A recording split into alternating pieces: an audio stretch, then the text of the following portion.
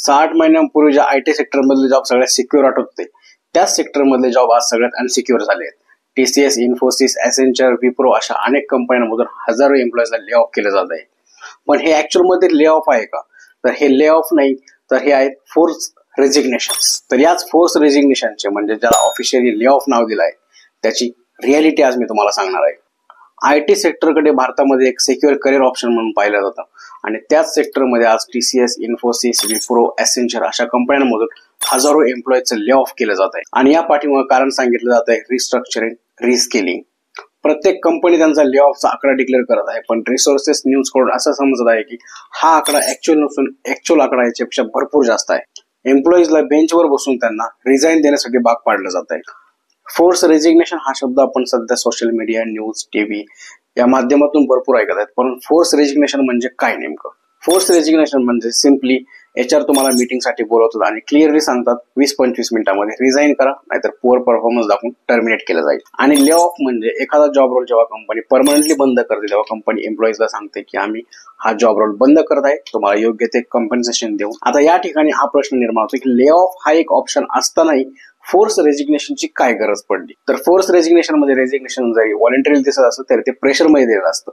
आणि जेव्हा resignation employee स्वतःहून देतो, त्यावेळेस एम्प्लॉईला कुठलेही कॉम्पेन्सेशन देण्याची गरज नसते. आणि हे रेजिग्नेशन ले ऑफ मध्ये काउंट होत नाही, त्यामुळे कंपनीची इमेजही खराब होत नाही.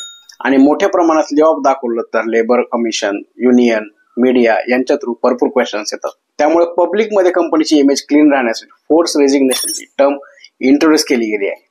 तर फोर्स रेजिग्नेशन या प्रोसेसमध्ये फक्त HR ने सांगितलं म्हणून एम्प्लॉई रेजिग्नेशन करतो असं नाहीये.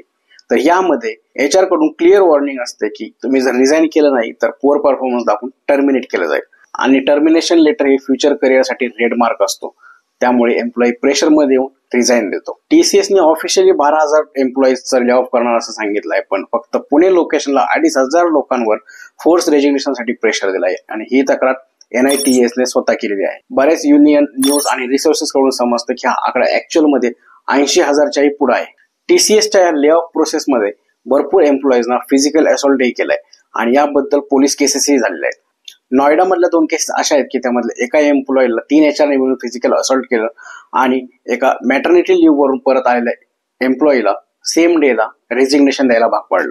ऑटोमेशन आणि AI मुळे भरपूर जॉब जात आहेत. जे लोक जुन्या टेक्नॉलॉजीवरती काम करत आहेत अशा लोकांना जॉब जाण्याचा धोका सर्वात जास्त आहे, किंवा सिनियर एम्प्लॉईज आणि मिड लेवल एम्प्लॉईज यांना जॉब जाण्याचा धोका जास्त आहे. भारतामध्ये IT सेक्टर रिलेटेड जे लेबर लॉ आहेत ते तेवढे स्ट्रॉंग नाहीये, त्यामुळे ले ऑफ न दाखवता रेजिग्नेशन दाखवले तर कंपनी इझिली एस्केप करून जाते. आणि त्याचबरोबर भारतामध्ये ज्युडिशियरी प्रोसेस ही खूप स्लो आहे, त्यामुळे एम्प्लॉईजला दुसरा ऑप्शनही राहत नाही. स्वतःचं फ्युचर आणि करिअर सेव्ह करण्यासाठी एम्प्लॉई इझिली रेजिग्नेशन करतात आणि जे एम्प्लॉई रेजिग्नेशनसाठी रेडी होत नाहीत त्यांना ज्युडिशियरी प्रोसेस मध्ये अडकवलं जातं. जर तुम्हाला अशा फोर्स रेजिग्नेशन किंवा ले ऑफचा अनुभव आला असेल तर कमेंट सेक्शन मध्ये नक्की सांगा. हा व्हिडिओ तुम्हाला आवडला असेल तर लाईक करा, तुमच्या मित्रांना शेअर करा आणि अशाच अजून व्हिडिओसाठी आपल्या YouTube चॅनलला सबस्क्राईब करा.